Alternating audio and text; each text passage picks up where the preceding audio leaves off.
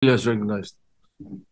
Maraming salamat po, Ginoong Pangulo, at sa ating pinunong mayorya.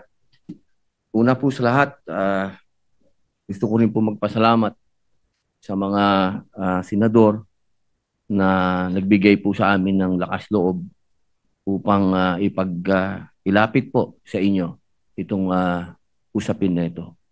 Alam niyo po, mga kasama, ang pagkakakilala ko po kay Tatay Digong, kaya po siya ay aking iniidolo.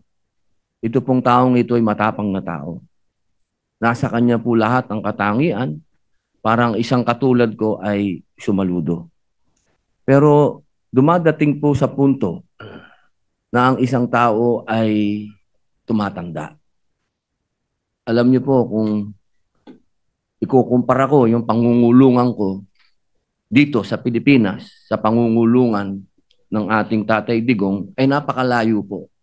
Sapagkat ang kulungan po natin ay hindi po parehas ng kulungan sa ibang bansa. Si Digong po ay nakakulong sa napakaliit na kwarto. May oras po para siya ay lumabas. Halos buong araw siya po ay nasa loob ng kwarto na yan, na meron lang pong maliit na butas kung saan po inaabot ang kanyang pagkain. Napakahirap po dahil dito po sa atin, sa amin sa Muntinlupa, ang tawag po namin doon Bartolina. Yun po ang itsura ng kinalalagyan ni Tatay Digong. Siya po ay nasa Bartolina. Wala po siya doon nakakausap, wala po siyang nakakakwentuhan, at higit sa lahat, napakahirap po para sa isang nangungulungan na sa ganong edad ay nag-iisa ka, wala pong nag-aasikaso sa iyo.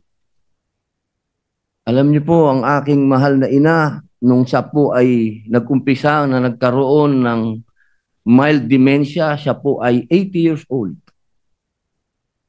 Ang aking pong ina ngayon ay 89, siya po ay may advanced dementia na. Kaya batid ko po kung ano ang hinagpis ng mga nagmamahal kay Tatay Digong.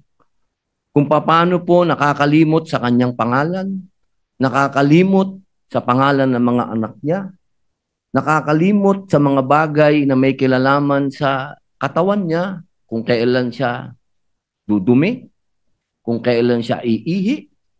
Mga bagay po yan na inilalapit ko po sa ating mga kasamahan at sa mga kababayan natin. Kung sana po ay mapagbigyan ang aming kahilingan. Hindi naman po kami humihingi na siya po ay pakawalan. Ang hinihingi po namin, siya po ay maialis sa Bartolina. Iba po ang pangungulungan sa ibang bansa sa pangungulungan sa atin. Alam ko po, batid ko po, meron pong mga katulad niya na nakulong dito sa bayan natin, na mga politiko na nakulong dito sa bayan natin. Pero iba po na hindi ka nakakulong sa sarili mong bayan. Yun lamang po, mga mahal kong kasama dito bilang mga Pilipino. Bilang mga Pilipino, isang matandang Pilipino ang merong karamdaman sa kanyang pisikal at mental. Siguro po sa ating mga ugaling revolusyonaryo sa pagkakataong ito, kailangan tayong bumangon at sagipin natin ang ating kababayan. Yun lamang po, maraming salamat.